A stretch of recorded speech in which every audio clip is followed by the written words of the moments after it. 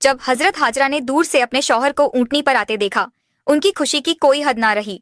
दौड़ कर कहा, आप जल्दी से अंदर आइए। मगर हजरत इब्राहिम ने फरमाया, मुझे सिर्फ खड़े होकर मिलने की इजाजत है, ऊँटनी से उतरने की नहीं। यह सुनकर बीवी हाजरा का दिल टुकड़े टुकड़े हो गया, मगर फिर भी खुद को संभाला। दिल में कहा, मैं अपने अल्लाह के लिए हर तकलीफ पर सब्र करूंगी। उस वक्त बीबी हाजरा की गोद में उनका 1 साल का दूध पीता बच्चा था। हजरत इब्राहिम ने फरमाया, अपना बेटा मुझे दे दो। बीवी हाजरा ने फौरन बच्चा पकड़ा दिया। हजरत इब्राहिम ने अपने बेटे इस्माइल को गोद में लिया, मोहब्बत भरी हसरत भरी निगाहों से उसे देखा। उस वक्त उनकी उम्र 87 साल थी। 40 साल की दुआओं के बाद यह बच्चा नसीब हुआ था, मगर मिला भी तो जुदा होना पड़ा। अब इजाजत मिली है तो सिर्फ साल में एक बार, और वह भी कुछ लम्हों के लिए। फिर हुक्म आया, ए इब्राहिम वापस फिलिस्तीन चले जाओ, अपनी बीवी और बेटे को इसी वीराने में अल्लाह के सुपुर्द कर दो, वही उनका हाफिज है। खुद सोचिए, जब हजरत इब्राहिम जाने लगे तो बीवी हाजरा की क्या हालत हुई होगी। पूरा साल शौहर का इंतजार किया, और जब मिले भी तो ना बैठे ना रुके, बस खड़े खड़े मिले और चले गए। अगर ना आते तो शायद सब्र आ जाता, मगर अब यादें फिर से ताजा हो गईं। दिल में आग लग गई और आंखों से आंसू बहने लगे। वह खड़ी थी, उस वीरान वादी में अपने शौहर को जाते हुए देख रही थी। वक्त गुजरता गया। हजरत इब्राहिम फिलिस्तीन में और बीवी हाजरा अपने बेटे के साथ उसी वीरान इलाके में जिंदगी गुजार रही थी। यूं ही 7 साल बीत गए और हजरत इस्माइल 7 साल के हो गए। इन 7 सालों में हजरत इब्राहिम को दोबारा मक्का आने की इजाजत नहीं मिली। वो दिन रात अपनी बीवी और बेटे को याद करते, उनके लिए दुआएं करते। 7 साल बाद एक रात उन्होंने ख्वाब देखा।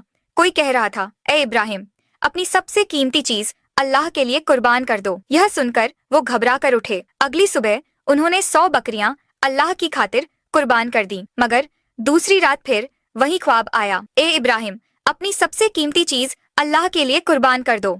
इस बार उन्होंने 100 ऊंट कुर्बान कर दिए।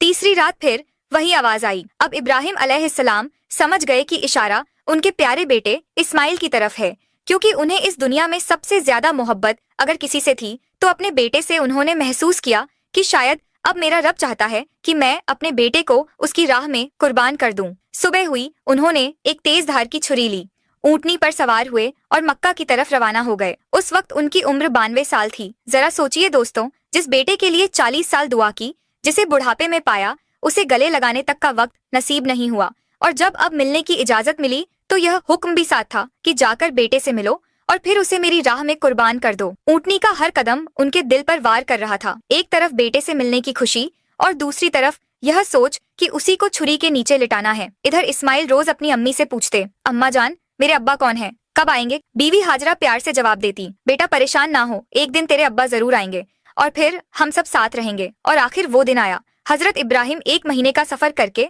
मक्का पहुंचे। बीबी हाजरा ने जैसे ही उन्हें देखा, खुशी से उनकी आंखें भर आईं। इस्माइल ने भी अपने अब्बा को पहली बार देखा और दौड़कर गले लग गए। इब्राहिम ने बीवी से कहा, मेरे बेटे को तैयार करो, मैं आज उसे बाहर घुमाने ले जाना चाहता हूँ। बीवी हाजरा बहुत खुश हो गई।